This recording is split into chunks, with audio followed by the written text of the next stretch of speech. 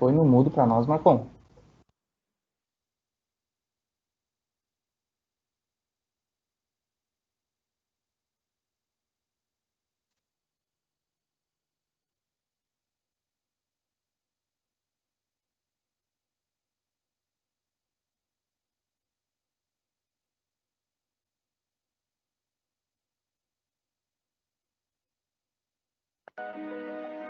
Fala comigo, Henrique.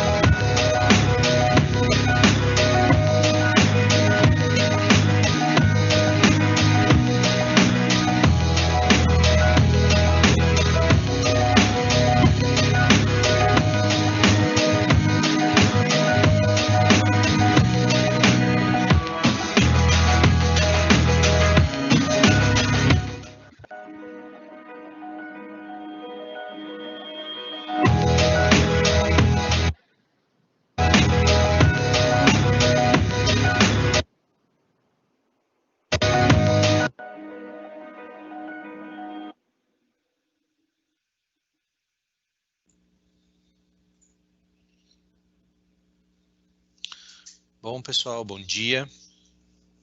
Eu me chamo Henrique Schneider, eu sou o CEO da Net5. Hoje, então, o nosso webinar sobre Pure Storage. A apresentação vai ficar com o meu sócio Norton, que vai dar sequência, e depois teremos o Paulo Marcon da Pure Storage. Então, eu vou fazer aqui a inclusão do Norton e ele vai dar sequência.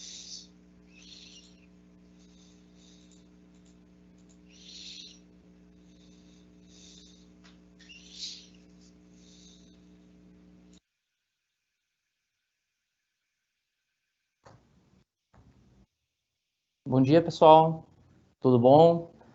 Primeiro, muito obrigado pela presença de vocês aqui. Como o Henrique falou, eu me chamo Norton Azzolini, sou Team Manager de toda a equipe técnica da Net5, e antes de a gente entrar no assunto do webinar, eu vou fazer uma breve apresentação, é bem breve mesmo, contextualizando o conteúdo de hoje do nosso webinar e os serviços da Net5, tá bom? Falar um pouquinho de números, pessoal. Esses números representam as conquistas da Net5, tá? Então, vamos lá. Desde 2008, a empresa trabalha com infraestrutura de TI e segurança da informação. Atualmente, nós temos mais de 40 clientes com gestão de infraestrutura de TI. Mais de 1.300 usuários em atendimento de N1, com um índice de satisfação de 89%. Mais de 1.500 usuários conscientizados sobre segurança da informação, LGPD e essas coisas, tá? Em média, 60% na redução de ataques. A Net5 faz isso mapeando a superfície dos ataques e melhorando as regras de Firewall. E mais de 50 mil vulnerabilidades corrigidas nos ambientes de nossos clientes, tá? Agora, falando um pouquinho de Pure, né? Por que Pure Storage? Por que a Net5 se tornou parceira Pure? A resposta é bastante simples, pessoal. Pela performance que a solução possui, pela inteligência no armazenamento das informações e pelo fácil acesso ao fabricante também, que está sempre conosco para trazer a melhor solução para o cliente, tá? Nós buscávamos no mercado algo bem diferente, bem fora do tradicional, e na Pure Storage nós encontramos a resposta para isso. Mesmo com toda a nossa experiência em diversos ambientes de data center e tecnologias, nós nos surpreendemos, a Net5 se surpreendeu com o que a Pure Storage é capaz de entregar para os clientes, tá? O armazenamento inteligente e a alta performance são duas características dentre várias que vocês vão estar vendo aqui hoje, que vão despertar interesse de todos, eu tenho certeza disso, tá? Sem mais delongas agora, vou estar passando a bola para o Paulo Marcon, executivo de contas da Pure Storage, que vai conduzir a apresentação e vai mostrar os detalhes da solução para vocês, tá? Mais uma vez, agradeço, muito obrigado, e agora é contigo, Marcon. Obrigado, Norton. Obrigado, Henrique. Aí só um segundinho, Marcon, eu vou fazer a preparação aqui. Ok, enquanto tu prepara aí, eu vou fazendo as boas-vindas para o pessoal, pode ser? Pode. Então, pessoal, primeiro, muito obrigado pela presença de todos, espero que todos estejam bem, que todas as famílias de vocês estejam bem também. Nesse momento aqui é uma coisa bastante complicada e a gente precisa estar com a cabeça fresca aqui para poder tentar absorver algum tipo de conhecimento adicional, além das notícias ruins que a gente ouve no dia a dia. E o que a gente está tentando trazer para vocês aqui, infelizmente, ou felizmente, não sei, aí vocês julguem, sem a minha cara feia, porque a minha câmera resolveu não funcionar, é um pouquinho da história da Pure e como a gente está ajudando as empresas aí a transformar dados em inteligência e vantagem competitiva. Pode dar enter aí, Henrique, por favor. Um pouquinho da história da Pure, provavelmente vocês não saibam, mas a Pure nasceu lá em 2009 e a Pure foi uma das duas primeiras empresas no mundo, lá no Vale do Silício, a criar o conceito de storage all flash. Antes da Pure, existia storage híbrido. A Pure criou o conceito de storage all flash lá em 2009 e ela tentou se destacar das demais empresas que também estavam trabalhando nesse conceito, criando um modelo de all flash, um modelo de arquitetura para storage all flash, melhor dizendo, que fosse realmente tirar proveito dessa nova tecnologia. A maioria das empresas naquela época optou por usar uma arquitetura parecida com a que eles já usavam nos storages tradicionais, usando todo o stack do protocolo SCSI. A Pure decidiu que ela não faria isso. Ela decidiu que ela usaria um formato novo, um formato em que não se usasse o stack SCSI e que, portanto, não fosse um storage serial. E vocês vão ver logo ali na frente a diferença da gente pensar uma arquitetura paralela ao invés de pensar uma arquitetura serial para storage, que é é o fundamento todo aí do nosso storage. Além disso, a Pure decidiu que ela diria aos clientes o seguinte: se vocês comprarem Pure, vocês nunca mais vão ter que comprar o mesmo Tera novamente. Parece meio absurdo falar uma coisa dessas, porque todos os clientes estão acostumados a cada 4, 5, 6 anos a fazer refresh de storage e a comprar novamente parte dos teras que eles já têm dentro de casa. A Pure disse o seguinte: com a Pure vocês nunca mais vão precisar fazer isso, porque o tera que vocês comprarem conosco vai durar para o resto da vida. E eu vou mostrar um pouquinho para vocês disso, considerando aqui a evolução que vocês estão vendo na tela. Nosso equipamento de 2012, que foi o primeiro, ou o equipamento de 2013, que é o que eu tenho aqui no laboratório em Porto Alegre, que a gente carinhosamente chamou de Eugênia, que é o nome de vovó. É um equipamento tão velho, de 2013, que a gente deu um apelido de vovó para ela. Então, a Eugênia que eu tenho aqui no laboratório em Porto Alegre é um equipamento de 2013. E esse equipamento de 2013, eu vou mostrar logo ali na frente para vocês, é o equipamento que consegue fazer mais de 200 mil I/Os por segundo e consegue fazer 2 GB de banda num único host. Esse é o meu equipamento de 2013. Imaginem o que a gente não faz com o equipamento de 2020. Esse componente de poder garantir performance, que foi um comentário que o Norton fez, aliado ao fato de que todos esses equipamentos que vocês estão vendo na tela, a gente consegue fazer upgrade, por exemplo, da Eugênia de 2013 para um equipamento X20 R3 de 2020, trocando 2 controladoras em menos de 2 horas, sem parada em nenhum dos servidores, sem reconfiguração na SAN, sem reconfiguração nos hosts e sem migração de dados. Literalmente, a gente consegue fazer com que o nosso storage dure o resto da vida fazendo upgrades rápidos, fáceis e que não deem trabalho para o time de infraestrutura. Pode passar aí, Henrique. Essa característica, ela está imbuída aí, ela está inclusa dentro da estratégia da Pure, dentro do formato que a Pure enxerga de valores para atender os clientes. Então, se vocês olharem na nossa lista de valores, Customer First, ou seja, tudo que a gente trabalha, tudo que a gente faz é visando a valorização do investimento que vocês fizerem conosco. Nada na Pure tem uma pegadinha para dizer, bom, agora que tu vai fazer o upgrade, eu vou te comer uma perna aqui, cobrando um preço exorbitante. Nada disso existe na Pure. Tudo que vocês negociarem com a Pure, na primeira versão da proposta que vocês receberem, vai estar claro quanto vai custar a manutenção para o resto da vida, quanto vai custar o upgrade, ou qualquer coisa desse tipo. Tudo é absurdamente claro. Pode passar, Henrique. E quando a gente fala em facilitar a vida de vocês para que vocês tenham uma vantagem competitiva, eu tenho esse slide que ele é bem interessante porque ele fala da estratégia da Pure, que ela é uma estratégia data-centric. Parece meio absurdo a gente falar em estratégia data-centric para uma empresa de storage, porque, obviamente, se nós somos uma empresa de storage, nós somos data-centric. É que, pasmem, teoricamente, todos vocês de infraestrutura, todos vocês da área de TI deveriam ser data-centric. Tanto que o nome do local onde ficam os equipamentos de infraestrutura, os equipamentos de TI das empresas, chamam-se data center. Não chama Oracle Center, não chama Hyper-V Center, não chama VMware Center, chama data center. Porque o foco que as empresas deveriam dar é para os dados, não para a tecnologia que acessa os dados. A Pure se preocupou com isso desde o V0. E a Pure montou uma infraestrutura que permite que vocês foquem no dado e esqueçam um pouquinho de quem é que faz o acesso ao dado.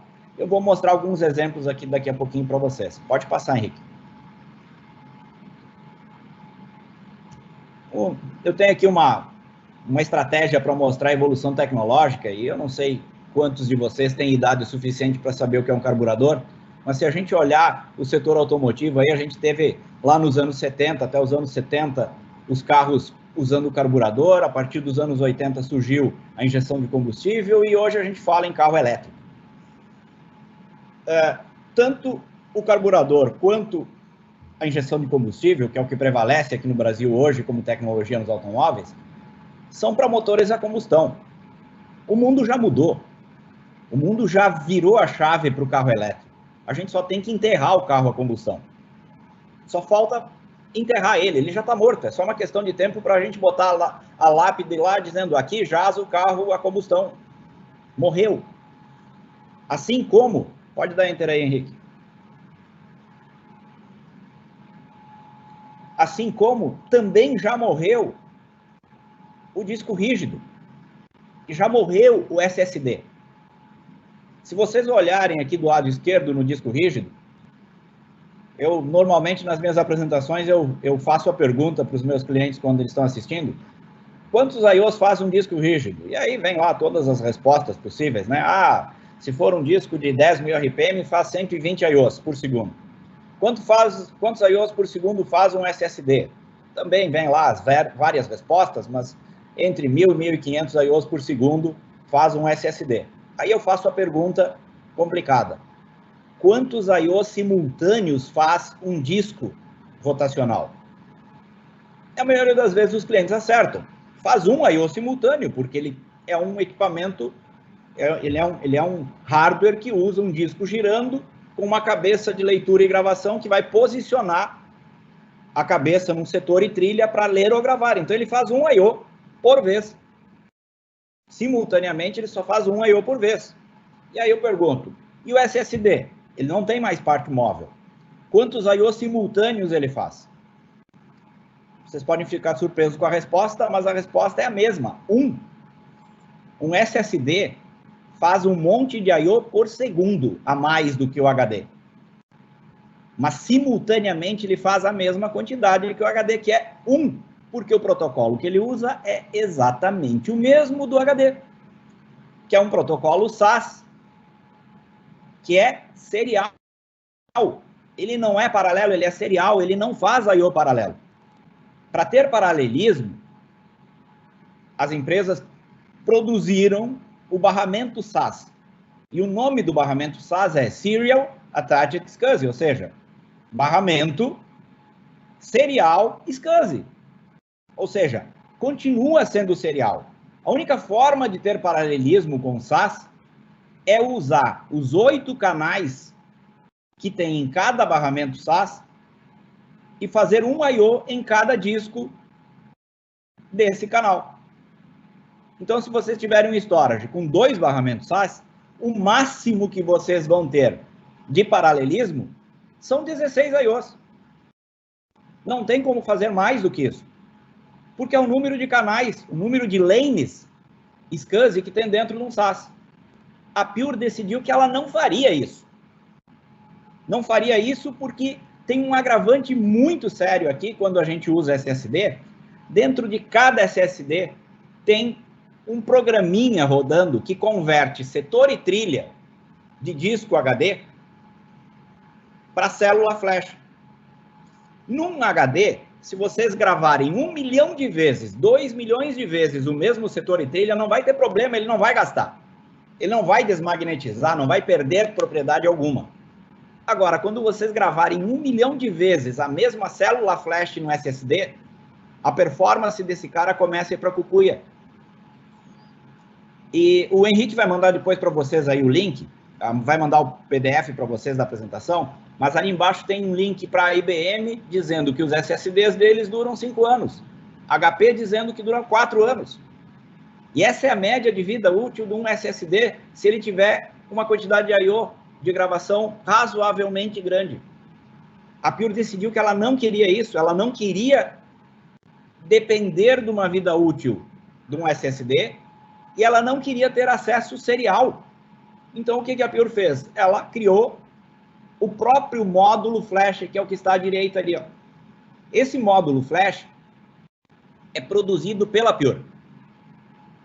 Esse módulo flash ele é ligado diretamente no barramento PCI do nosso chassi do storage. O barramento PCI ele é paralelo, ele é ao contrário do SAS. O SAS faz um por vez, o PCI é paralelo. Quantos lanes eu tenho dentro de um barramento PCI atualmente? 65 mil lanes, comparado com 16 do SAS. Se tiver 2 barramentos SAS, ó. Se tiver um só, é só 8. Nós estamos falando de uma quantidade de lanes para ter paralelismo absurdamente grande. E a Pure foi um pouco mais além. Além dela plugar o nosso módulo diretamente no barramento PCI, que agora todo mundo conhece isso como NVMe. Então, quem tiver um notebook, um desktop com NVMe e já teve um com SSD e já teve um com HD, sabe bem do que eu estou falando, a diferença do tempo de subir o Windows ou subir o macOS num notebook, num desktop com NVMe ou com SSD. Ele é muito mais rápido, porque ele está plugado diretamente no barramento, não tem mais SCSI. Aquela carga, aquela âncora que era o SCSI deixa de existir quando a gente fala NVMe. E a Pure, como eu disse, foi um pouco mais longe. Dentro de cada módulo flash desses aí, a Pure decidiu que cada módulo flash teria chips para fazer compressão, desduplicação, criptografia e mais, que cada módulo desses atenderia o I/O dos hosts diretamente, sem precisar das controladoras do storage. Não é bullshit isso que eu estou falando. A gente não usa as controladoras para fazer I/O no nosso storage.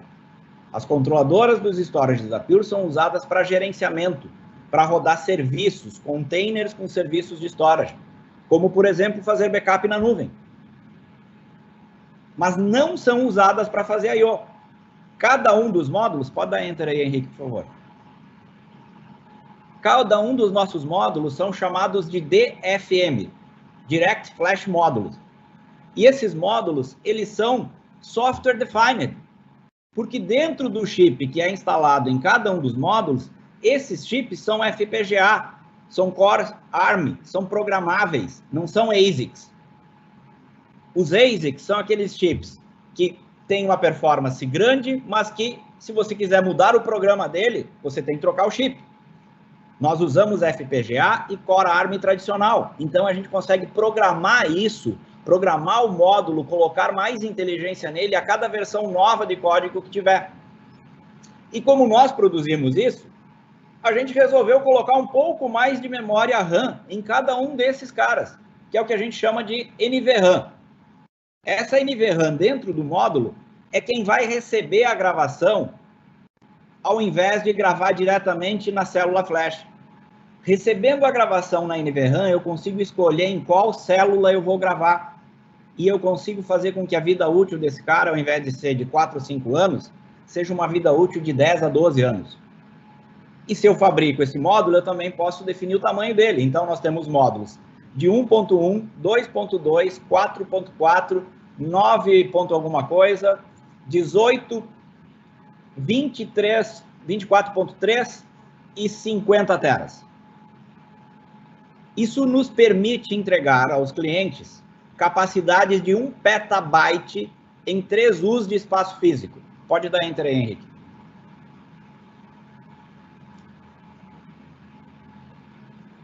Esse é o nosso chassi. No chassi principal cabem 20 módulos flash daqueles tamanhos que eu já mencionei para vocês. E a gente consegue botar tranquilamente 1 peta nessa pequena infra de 3 U's de espaço físico. Na parte de cima aí, aqueles quadradinhos maiores são os nossos módulos de NVRAM, que também estão ligados no barramento PCI. E que também tem processadores. E na parte de trás tem as controladoras. As controladoras, a gente consegue fazer upgrade delas na frequência que o cliente quiser, subindo para um modelo maior ou evoluindo para um modelo mais novo. Tudo isso, obviamente, dependendo do que o cliente precisar. Pode dar enter aí, Henrique. A arquitetura interna é essa que vocês estão vendo na tela. É um chassi NVMe, PCI, basicamente. Essa parte escura aí, onde está escrito chassi, é a parte física. A parte laranja é o bus PCI. E aqui vem a cereja do bolo. Além da gente fazer compressão, desduplicação e criptografia, a Pure implementou também o protocolo RDMA em cada um dos nossos módulos Flash e nos nossos módulos NVRAM e nas portas do front-end. Essa parte verde que vocês estão vendo é o protocolo RDMA conectando os meus módulos Flash, o meu NVRAM e as portas de front-end. Quando entra um I/O de gravação, por exemplo, aquela porta Fiber Channel, iSCSI ou NVMe que recebeu aquele bloco de gravação, sem usar nada, absolutamente nada de recurso das controladoras, nem CPU e nem memória, vai mandar o bloco para o meu módulo NVRAM, que são esses dois que estão à direita ali no desenho. O módulo NVRAM vai mandar depois para os módulos Flash. E toda esta comunicação é feita usando lanes dedicadas para comunicação com o front-end e com o back-end, diretamente no barramento PCI. A gravação do bloco que está na memória RAM, na NVRAM, para o módulo Flash, é feito diretamente entre o NVRAM, o módulo NVRAM e o módulo Flash. Não tem CPU da controladora envolvida. Quando eu for fazer uma leitura, o módulo NVMe, o módulo Flash que tiver informação, vai responder direto para a porta do front-end, usando o barramento PCI com RDMA, sem usar as controladoras de storage. Novamente, o storage, as controladoras são usadas somente para gerência e para rodar containers. Henrique, eu consigo compartilhar minha tela aqui para mostrar um exemplo para eles? Eu posso clicar aqui no share e mostrar? Consegue, compartilha. Deixa eu ver que eu faço a troca aqui.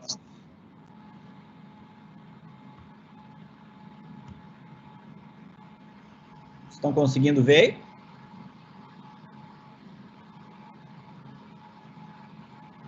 Ainda não. Compartilha de novo. Espera aí, compartilha de novo. Share. Agora? Agora sim. Ó, exemplo. Eu tenho um desktop. Sério, gente, isso aqui é um desktop. Vou mostrar para vocês aqui. É um desktop velho da HP. É um i7 de 2015. E vocês estão vendo aqui que ele tem 6 GB de memória RAM. Está rodando o Windows 2012. Esse cara aqui é bare metal. Ele está rodando, não está virtualizado. Ele é bare metal, está rodando aqui. Conexão direta nesse cara. Esse desktop tem 2 HBAs iSCSI. Não é Fiber Channel, não é nada absurdamente rápido.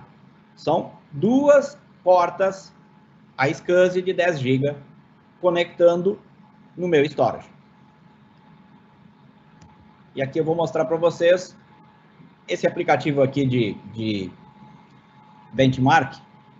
Ele não é o que dá o melhor resultado, mas ele é bem fácil da gente visualizar. Então, eu vou escolher aqui um volume do meu storage e vou pedir para rodar um benchmark de leitura. Ele abriu uma janelinha para leitura e eu vou pedir para ele rodar um benchmark de gravação também. Então, temos aqui os dois. Olha que legal. A vantagem desse aplicativo é que eu consigo escolher quantos I/Os paralelos eu quero ter. Eu vou escolher 16, que seria o que vocês teriam numa infra normal de armazenamento SAS. E eu vou abrir aqui o meu storage para vocês acompanharem como é a performance que a gente consegue tirar desse cara. Então, vou dar um start aqui. Nesse exemplo aqui, eu estou usando bloco de 4K e estou usando 16 de paralelismo. Se vocês olharem esta linha azul aqui do lado direito, no meio aqui, ele está me mostrando a IOPS. Aqui embaixo ele está me mostrando a banda e em cima a latência. Na minha máquina Eugênia de 2013, eu estou fazendo 50.000 I/Os por segundo com bloco de 4K. Estou fazendo quase 200 megabytes por segundo de banda Isso tudo com uma latência bem baixinha. Tá aqui, ó. O resumo, 51.000 IOs, 0.3 milissegundo de latência e quase 200 megabytes de banda. Vou rodar a mesma coisa para leitura. Desculpa, para gravação. Agora vai mudar a cor, vai ficar laranja. Então, se vocês olharem aqui do lado, ele está fazendo 30.000 IOs, 120 megabytes por segundo de gravação, e a latência dele está um pouco maior aí do que o da leitura. Vamos só terminar, esperar ele terminar de fazer a execução para vocês verem aqui no reloginho do lado esquerdo quantos IOs ele está fazendo.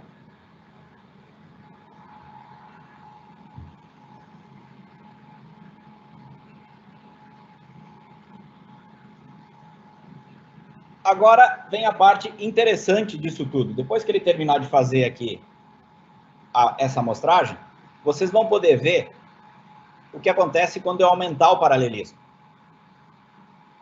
Então, eu já vou deixar pronto aqui. Eu vou aumentar o paralelismo da leitura para o máximo que a ferramenta permite, que é 128. Ó, terminou aqui, nós conseguimos 30.000 IOs, meio milissegundo de response time e quase 120 megabytes de banda para gravação. Agora, olha o que acontece quando eu aumentar o paralelismo, porque eu consigo ter mais paralelismo na minha infraestrutura por conta de eu ter todos os meus módulos ligados no barramento PCI direto. Vejam a escala que a gente tinha antes aqui. Isso daqui era 50.000 IOs. A gente está fazendo 270.000 IOs. 285, teve um pico aqui de quase 285. A gente está fazendo 1 gigabyte de banda de leitura usando 2 HBAs iSCSI. 2. Está aqui o resultado. 278.000 IOs, meio milissegundo de latência e 1 gigabyte de banda. E se eu aumentar também para gravação, ele obviamente vai aumentar a quantidade de I/O de gravação também. Esse aqui era o basic que a gente tinha antes, fazendo, quanto é que era aqui? 30.000 I/Os, agora a gente já está fazendo pouco mais que o dobro disso, 80.000 I/Os. E a banda aumentou para 320 megabytes por segundo. O legal disso daqui, esse programa, ele tem algumas limitações que eu não sei porquê, mas ele tem essas limitações, e ele não me deixa colocar mais paralelismo do que isso que eu coloquei aqui. Normalmente, depois que termina esse exemplo, eu mostro para os meus clientes um outro programa, que é esse cara daqui, ó. Esse cara tem aqui um nome de Dummy File Creator, mas de dummy ele não tem nada, ele é um cara bem inteligente. Deixa eu criar aqui um exemplo para vocês. Ó, terminou aqui o exemplo, ele fez 77.000 I/Os, menos de 1 milissegundo e 300 megabytes por segundo. Agora, deem uma olhada em como é que fica a banda de gravação quando eu gero um arquivo de 100 gigabytes com esse outro aplicativo. Olhem a banda de gravação aqui. Eu estou gerando gravação, estou gerando um arquivo de 100 GB com uma banda de 1.77 gigabytes por segundo num desktop velho com 6 GB de RAM, usando 2 interfaces iSCSI. 1.7 gigabytes, não é bits, gigabytes por segundo. E se vocês olharem aqui, eu estou quase 70% aqui, já gravei uns 70 GB, provavelmente. E se vocês olharem aqui em cima, ó, a latência não bateu 1 milissegundo ainda. Tá aqui, ó. A gente gerou um arquivo de 100 gigabytes em 57 segundos, com uma média de 1,8 gigabytes por segundo. Lembrando, no meu storage de 2013. Lembram lá quando eu falei que a gente é data-centric, que a gente se preocupa com manter a vida dos nossos clientes bem fácil? Se eu pegar esse arquivo, vejam que eu estou no Windows, tá? Eu tenho um arquivo de 100 GB no Windows. Eu vou copiar esse arquivo de 100 GB. Vou escolher um outro volume do meu storage, que é o temp01. Se eu der um colar aqui, eu copiei e colei no Windows, não tem nada de especial aqui. Quanto tempo vocês acham que levaria para copiar 100 GB de um volume para o outro do Windows? Aqui levou 2 segundos. Por que levou 2 segundos? Porque a gente é integrado com o Windows e nós usamos todos os protocolos de offload do Windows. Quando o Windows foi copiar o arquivo, ele não copiou nenhum dos blocos.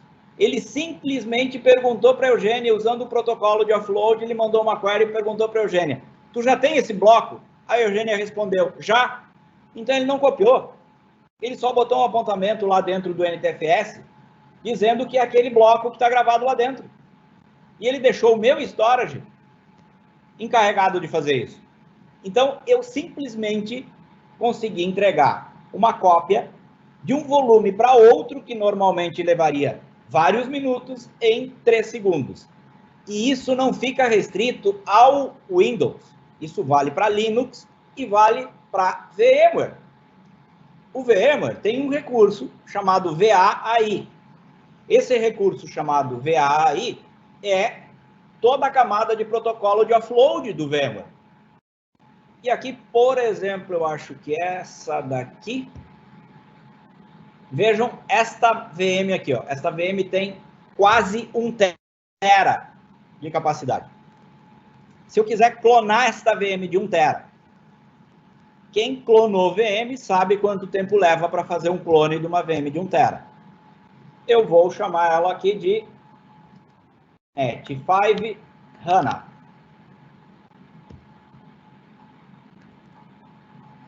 Vou colocar ela no meu único host que eu tenho disponível aqui.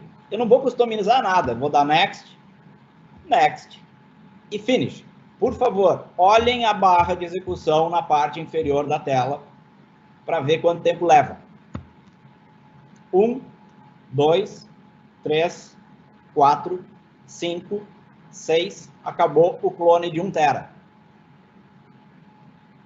Aqui a gente tem uma máquina virtual chamada NET5 HANA, que eu vou subir, para vocês não acharem que eu estou de sacanagem.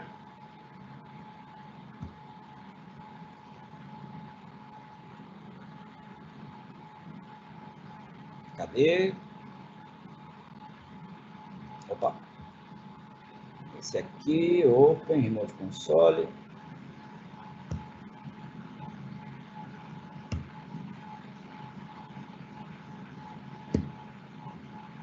Aqui.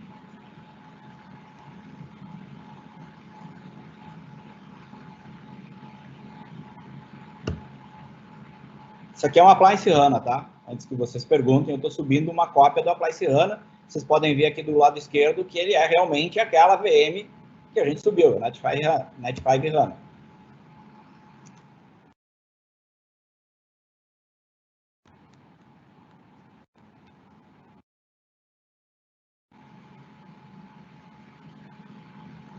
Está aqui o nosso Appliance HANA rodando, o clone dele, que a gente fez em 5 segundos, ou 6, não lembro mais. Agora vem a parte mais legal. Deixa eu dar um shutdown nesse cara, para vocês verem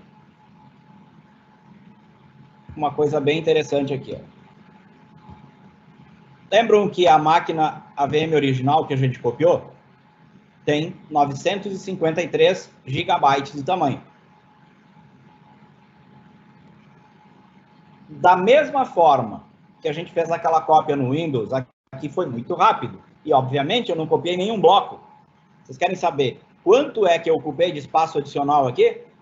Ó, veja esse número aqui, ó, 953 GB, viraram 11K. O clone da máquina, daquele appliance HANA, de 1 tera, ocupou 11K dentro do meu vCenter. E eu consigo mostrar isso no vCenter porque o vCenter está integrado de forma nativa com o meu storage. Se vocês olharem aqui, eu tenho dentro do menu Pure Storage aqui no vCenter. E a gente consegue fazer coisas bem interessantes com isso. Por exemplo, eu clico com o botão da direita aqui, vou em Storage, e eu posso criar um Data Store pelo vCenter. Se eu descer um pouco mais, eu tenho um Data Store, criar Data Store, no menu da Pure. Quando eu faço isso no menu da Pure, olha o que a gente consegue. Criar um volume, Net5, S, 10 teras, na Eugênia, aplicar protocolo padrão de proteção e não vou botar restrição nenhuma. Vejam o que acontece agora quando eu olhar os volumes do meu storage. Eu tenho um volume novo aqui, chamado Net5 DS, de 10 teras, que ele já assinalou para o host do vCenter, do VMware que está aqui, e já disponibilizou um Data Store novo chamado Net5 DS aqui no meu vCenter. Olha que legal. Eu tenho todas as facilidades que teria num vSAN, só que eu não estou usando recurso nenhum dos hosts, dos nodes, do grid de VMware, para rodar tarefas de storage. Eu estou fazendo isso diretamente daqui. Por exemplo, eu tenho um host rodando o Windows 2012 aqui. Vamos subir esse cara.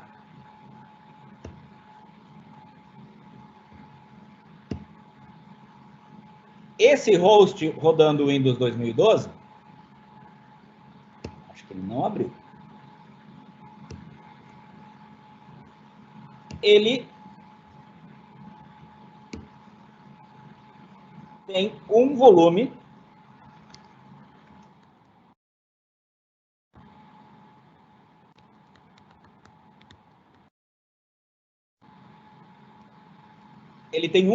de 40 GB. Esse volume de 40 GB, obviamente, é uma VMDK que está dentro de um Data Store. Nós estamos rodando numa máquina virtual.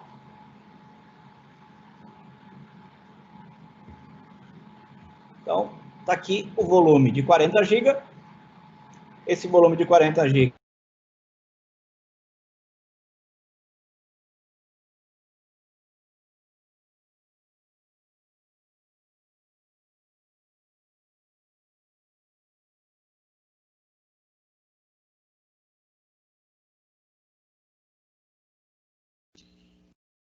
Pessoal, acho que tivemos uma pequena queda aqui. A gente vai entrar em contato com o Marcon. Um segundinho.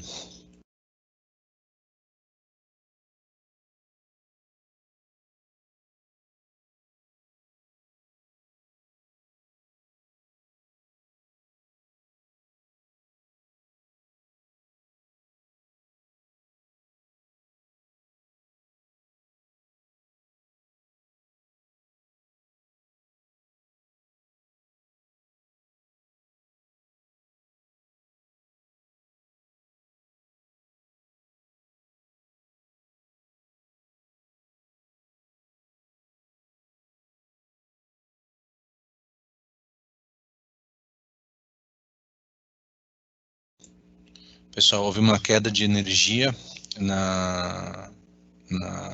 onde o Marcon está, mas já voltou, foi só uma oscilação. Ele já tá retomando, aguardem só um minutinho.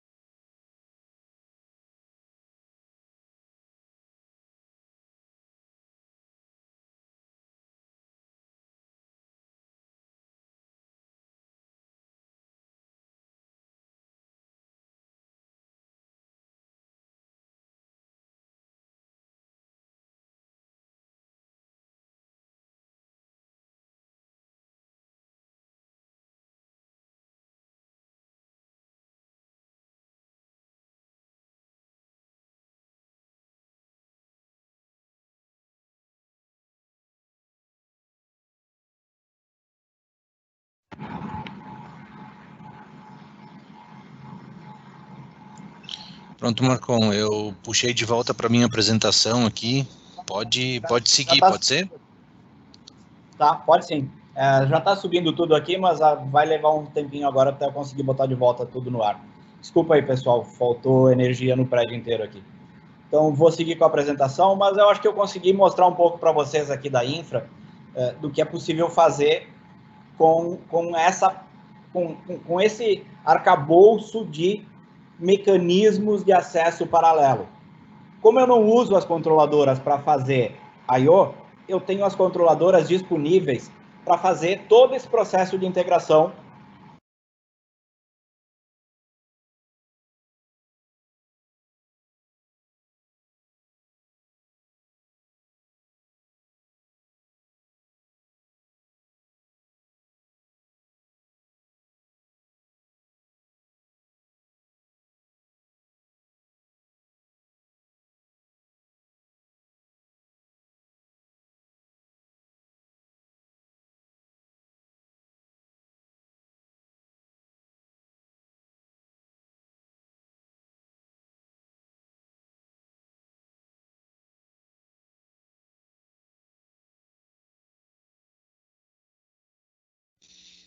Pessoal, acho que houve uma queda novamente.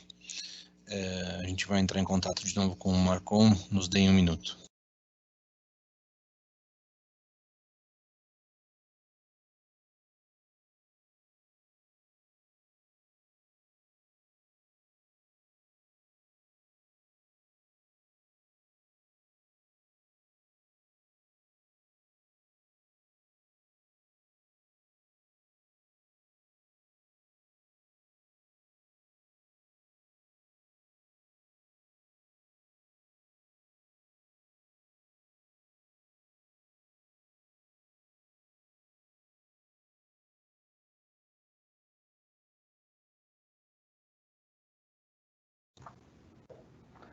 Pessoal, entrei em contato com o Marcon agora e está na região onde ele se encontra, está com uma oscilação de energia, então vai ficar bem complicado a gente tocar daqui em diante, tá? Desde já eu quero agradecer a presença de todos e pedir desculpa pelo inconveniente que deu. Acontece, não tem muito o que a gente fazer daqui, tá? O que eu digo para vocês é o seguinte, a gente se surpreendeu muito com a tecnologia, funciona muito bem, supera muitas expectativas e a Net5 está se especializando cada vez mais no produto para entregar para vocês o que há de melhor nesse segmento de armazenamento de dados, tá? A gente consegue também, é possível conseguir POC da solução, que é uma coisa bem interessante. Eu não conhecia antes nenhum fabricante de storage que providencia equipamento para deixar no ambiente e você vendo esses testes que o Marcon fez com os seus dados, entende? Então a gente consegue fazer um depara de um relatório, por exemplo, que demora no RP, num SAP ou em qualquer outro, demora X tempo, executando no Pure, a gente consegue comparar a performance dessa emissão de relatório, tá? Eu acho que é isso. A gente fica à disposição de vocês aqui. Mais uma vez, a gente pede desculpa pelo inconveniente, mas estamos à disposição para conversar a qualquer momento sobre a solução, tá bom? Agradeço demais mesmo. E, enfim, um abraço a todos aí. Muitíssimo obrigado.